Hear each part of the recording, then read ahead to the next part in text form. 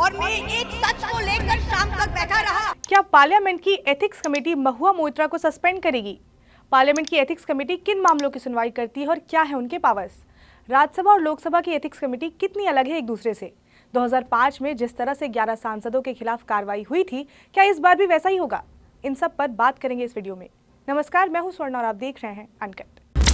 Cash for query मामले में TMC सांसद महुआ मोइत्रा के खिलाफ आरोप लगे हैं कि उन्होंने एक बिजनेसमैन से एक्सपेंसिव गिफ्ट्स लेकर संसद में सवाल पूछे।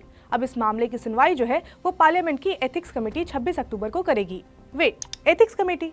पर ये एथिक्स कमेटी है क्या और किन मामलों को देखती है? तो जैसे नाम से ही साफ है, ये कमेटी सांसदों से जुड़े एथिकल और मोरालिटी से रिलेटेड जो मैटर होता है उन सब की सुनवाई करती है। अब थोड़ा इसकी हिस्ट्री को भी जान लेते हैं। तो साल 1992 में पहली बार इस तरह की कमेटी बनाई जानी चाहिए, इसको लेकर सजेशंस दिए गए थे और फिर 4 मार्च 1997 को राज्यसभा में एथिक्स कमेटी बनाई गई, जिसे 30 मई 1997 को स्टैंडिंग कमेटी का दर्जा मिला था। और इस कमेटी का इनॉग्रेशन किया था उस समय के देश के वाइस प्रेसिडेंट और राज्यसभा के चेयरमैन KR नारायणन ने। राज्यसभा की इस कमेटी में 10 मेंबर्स होते हैं, जिनको इलेक्ट राज्यसभा के चेयरमैन करते हैं। वहीं पहली बार लोकसभा में ये कमेटी 3 साल बाद यानी कि 16 मई 2000 को बनी। इसमें राज्यसभा से 5 ज्यादा मेंबर यानी कि 15 मेंबर्स होते हैं। इसके मेंबर को सेलेक्ट करना लोकसभा स्पीकर की जिम्मेदारी होती है।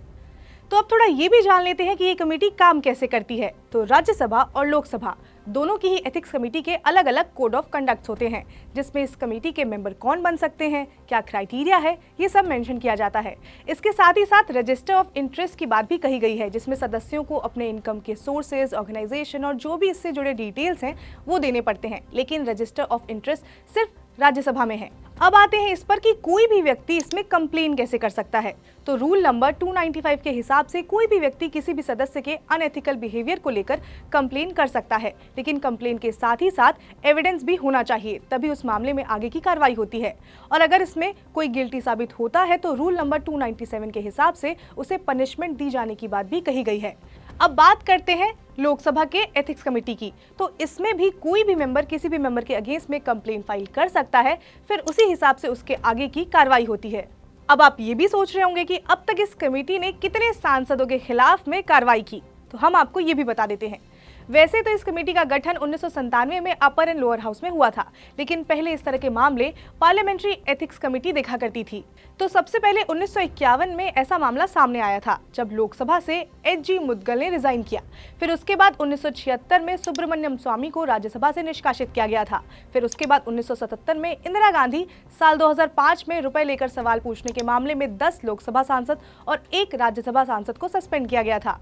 फिर साल 2016 में एथिक्स कमेटी ने विजय माल्या के अगेंस्ट में एक्शन लिया था और फिर उन्हें रिजाइन करना पड़ा। अभी महुआ मोइत्रा को लेकर भी ऐसी ही बातें चल रही हैं, क्योंकि उनके ऊपर भी जो एलिगेशंस लगे हैं वो काफी बड़े हैं। अब देखना ये होगा कि इस मामले में आगे क्या होता है। खैर, जो भी होगा हम आपको अपडेट देते रहेंगे। आप जुड़े रहिए अनकट के साथ। इसके साथ ही अगर आपको ये वीडियो पसंद आई हो तो लाइक करें, शेयर करें, सब्सक्राइब करें अनकट को।